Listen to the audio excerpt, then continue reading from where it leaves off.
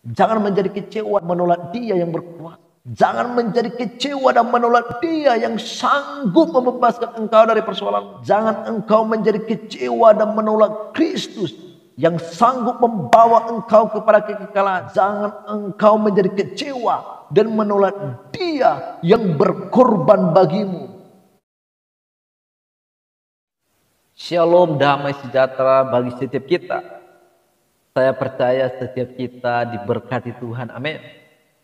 Saya percaya meskipun keadaan hari-hari ini sulit, meskipun COVID-19 belum berakhir, tetapi saya percaya kasih setia Tuhan tetap mengalir di dalam kehidupan kita. Apapun keadaan di dalam dunia ini, kita tidak boleh bersedih. Kita harus tetap bersukacita, sebab sukacita kita bukan berasal dari dunia, dan sukacita kita berasal dari Tuhan. Sebab Tuhanlah yang menjadi sukacita setiap orang percaya. Saudaraku yang kekasih dalam Kristus Yesus, saya kembali menyapa kita semua. Dan saya percaya setiap kita adalah orang-orang yang bersemangat. Kita adalah orang-orang yang bersukacita di dalam Tuhan. Saudaraku, kita mau belajar dari kebenaran firman Tuhan, yaitu berbicara tentang jangan meragukan Tuhan Yesus. Apakah saudara pernah meragukan Tuhan Yesus? Ketika saudara menghadapi persoalan, ketika tantangan atau ancaman atau keadaan begitu sulit, ketika tidak ada jalan keluar, tiba-tiba kita bertanya-tanya dan meragukan Tuhan, apakah Tuhan mengasihiku? Apakah Tuhan akan menolong aku? Apakah Tuhan peduli kepadaku? Apakah Tuhan mau bermurah hati untuk menolong aku? Seringkali kita meragukan Tuhan Yesus. Padahal Tuhan Yesus adalah Tuhan yang bisa kita percaya. Kita belajar dari Matius 11, yaitu di sini dikatakan di ayat 2 sampai 6 dikatakan Yesus dan Yohanes Pembaptis. Kita baca di ayat 2 sampai 6 dikatakan di dalam penjara Yohanes mendengar tentang pekerjaan Kristus. Lalu menyuruh murid-muridnya bertanya kepadanya, engkaukah yang akan datang itu? Atau haruskah kami menantikan orang lain? Yesus menjawab mereka, pergilah dan katakanlah kepada Yohanes apa yang kamu dengar dan kamu lihat. Orang buta melihat, orang lumpuh berjalan. Dikatakan orang lumpuh berjalan. Apa yang kamu lihat? Orang lumpuh berjalan, orang kusta menjadi tahir, orang tuli mendengar, orang mati dibangkitkan, dan kepada orang miskin diberitakan kabar baik. Dan berbahagialah orang yang tidak menjadi kecewa dan menolak aku. Teman-teman yang saya kasih dalam Kristus, Yohanes adalah seorang nabi yang luar biasa. Bahkan Yesus berkata bahwa di antara orang yang pernah dilahirkan, Yohanes yang terbesar di antara mereka. Yohanes adalah nabi yang dinubuatkan oleh Yesaya, yang berkata ada suara yang berseru-seru di padang gurun, luruskanlah jalan untuk Tuhan, dan itu berbicara tentang Yohanes. Dan kita tahu juga bahwa Yohanes adalah perintis bagi jalannya Tuhan. Dia mendahului untuk menyerukan pertobatan, untuk menyerukan kerajaan Allah sudah dekat. Tetapi saudara yang kekasih dalam Kristus Yesus, nabi yang begitu luar biasa itu, orang yang terbesar yang pernah dilahirkan itu, sekarang dia berada di dalam penjara. Orang benar, nabi yang menjadi penyambung lidah Allah, nabi yang begitu mengasihi Allah, sekarang dia berada di dalam penjara. Jadi saudara yang dikasih dalam Kristus Yesus, seorang nabi saja, sahabat Tuhan, penyambung lidah Tuhan, bisa masuk penjara. Bisa masuk penjara, bisa ada dalam situasi yang sulit. Jadi siapa kita? Jika kita ingin, kita tidak pernah mengalami namanya kesulitan, mengalami namanya tantangan, mengalami namanya pencobaan. Nabi Yohanes, dia mengalami pencobaan sebab dia berada di dalam penjara. Yang menarik saudaraku yang kekasih dalam Kristus Yesus, Kenapa Yohanes Pembaptis ada di dalam penjara? Jika kita baca di dalam Matius 14, dikatakan di ayat 3, 4, dan 5, saudara yang kekasih dalam Kristus Yesus, jika kita lihat di dalam Matius 14 ayat 3, 4, dan 5 dikatakan, sebab memang Herodes telah menyuruh menangkap Yohanes. Jadi Herodes itu biang kerok. Herodes itu penyebabnya semuanya. Karena dia waktu itu raja di sana. Sebab memang Herodes telah menyuruh menangkap Yohanes, membelenggunya. Yohanes dibelenggu. Seorang nabi yang menyuarakan suara Tuhan, yang begitu mengasihi Tuhan, sekarang dibelenggu dan dipenjarakan. Berhubung karena apa? Karena peristiwa Herodias, istri Filipus saudaranya. Jadi saudaraku yang kekasih dalam Kristus Yesus, Yohanes Pembaptis ada di dalam penjara karena Yohanes menegurnya. Karena Yohanes pernah menegurnya, katanya, tidak halal engkau mengambil Herodias. Najis, engkau berdosa mengambil Herodias menjadi istrimu. Itu yang disampaikan oleh Nabi Yohanes. Dan dikatakan dia lihat 5 ketika Yohanes mengatakan hal itu kepadanya, Herodes ingin membunuhnya. Tetapi ia takut akan orang banyak yang memandang Yohanes sebagai nabi. Jadi saudaraku yang kekasih dalam Kristus Yesus, seorang nabi yang memberitakan pertobatan, yang membaptis Yesus Kristus, yang menyatakan Yesus Kristus kepada bangsa Israel, dan yang berkata bahwa dialah domba Allah, anak domba Allah yang akan menghapus dosa dunia ini. Sekarang saudaraku, nabi itu berada di dalam penjara. Yohanes berada di dalam penjara. Dia ada dalam penjara bukan melakukan sesuatu yang salah. Yohanes berada dalam penjara bukan dia melakukan kekacauan. Yohanes berada dalam penjara bukan karena dia mengajak orang untuk demo, mengajak orang untuk ribut. Yohanes berada dalam penjara bukan karena dia membuat berita-berita yang tidak benar. Tetapi saudaraku yang kekasih dalam Kristus Yesus, Yohanes Pembaptis itu berada di dalam penjara karena dia menegur Herodes.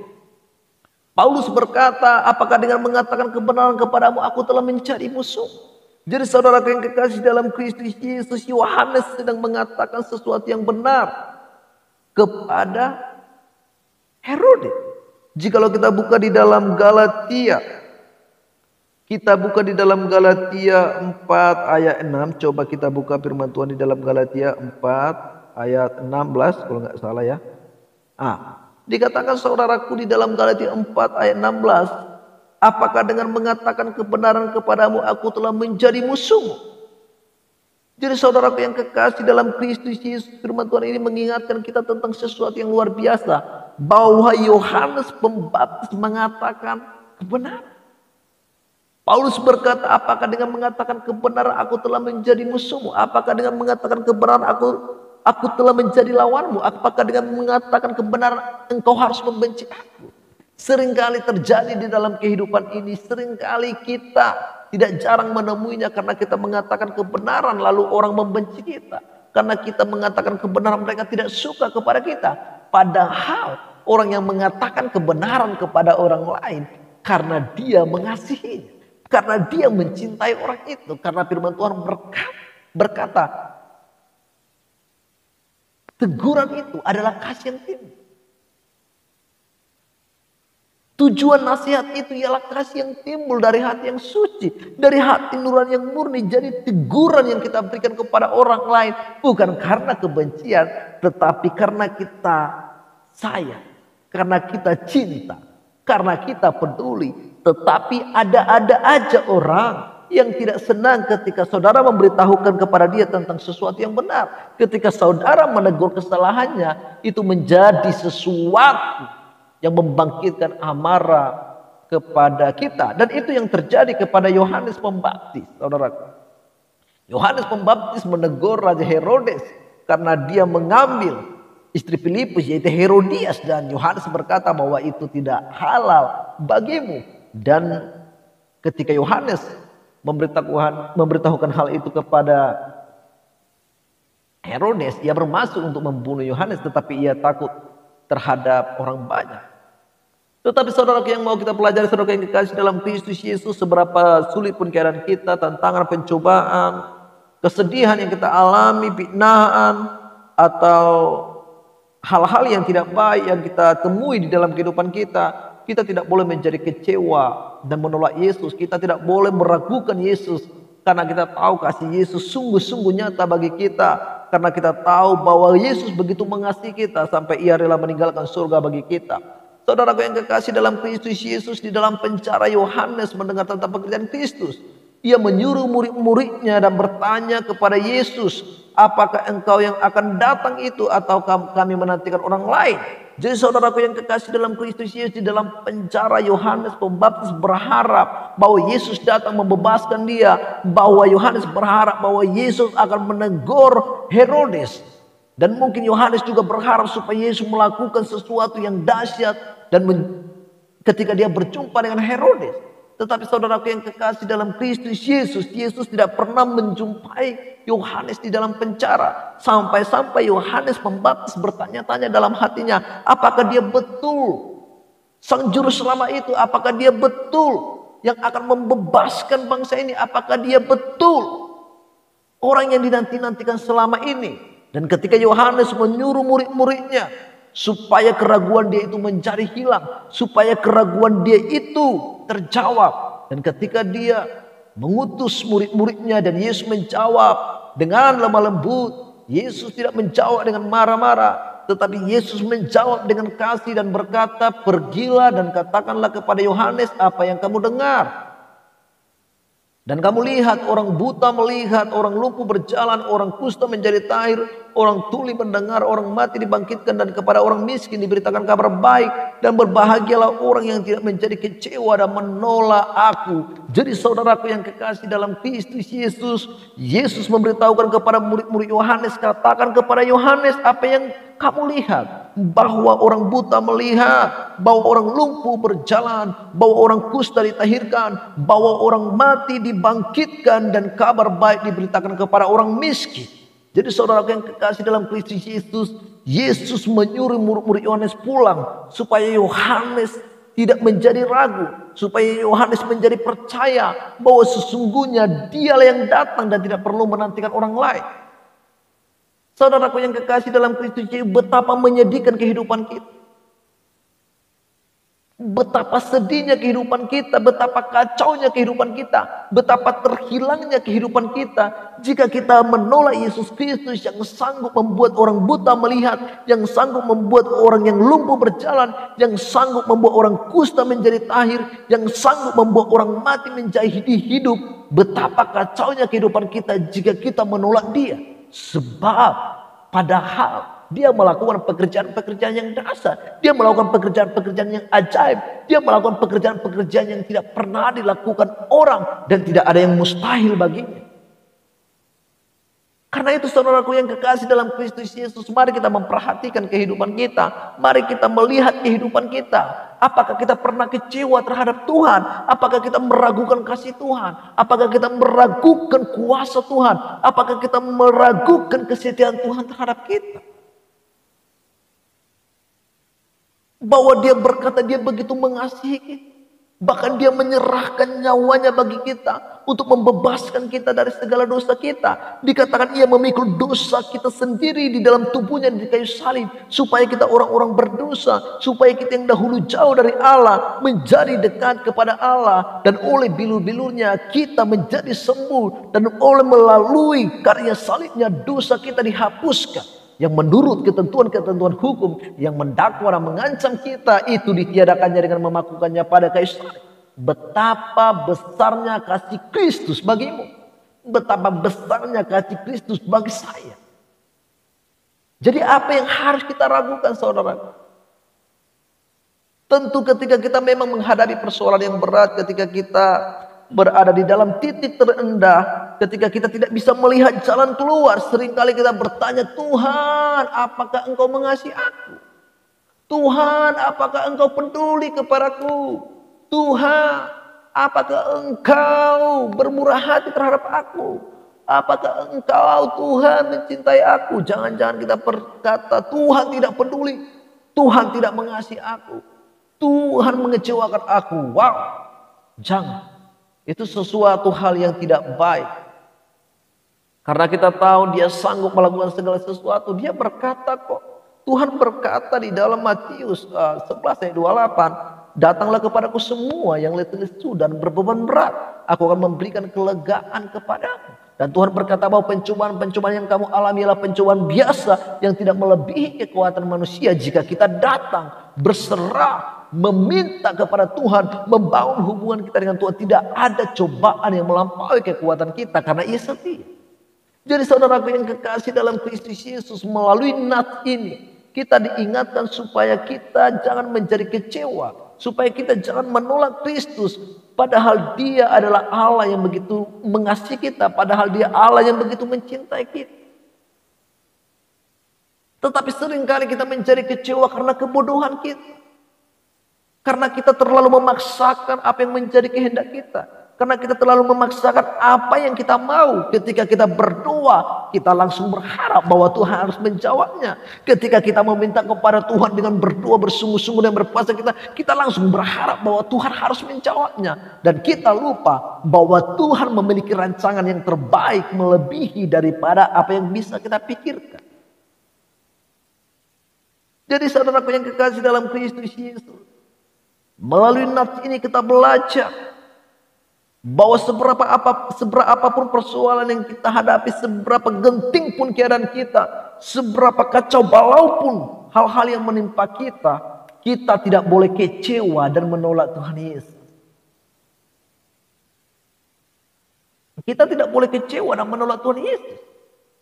Karena firman Tuhan berkata, berbahagialah orang yang tidak menjadi kecewa. Jika engkau tidak kecewa, berarti engkau orang yang berbahagia. Jika engkau tidak menolak Kristus, engkau adalah orang yang berbahagia. Jadi jika engkau mau berbahagia, jangan engkau kecewa dan menolak Tuhan Yesus. Jangan engkau kecewa terhadap Tuhan. Amin. Jadi teman-teman yang saya kasih dalam Kristus Yesus, mari kita tetap percaya kepada Yesus.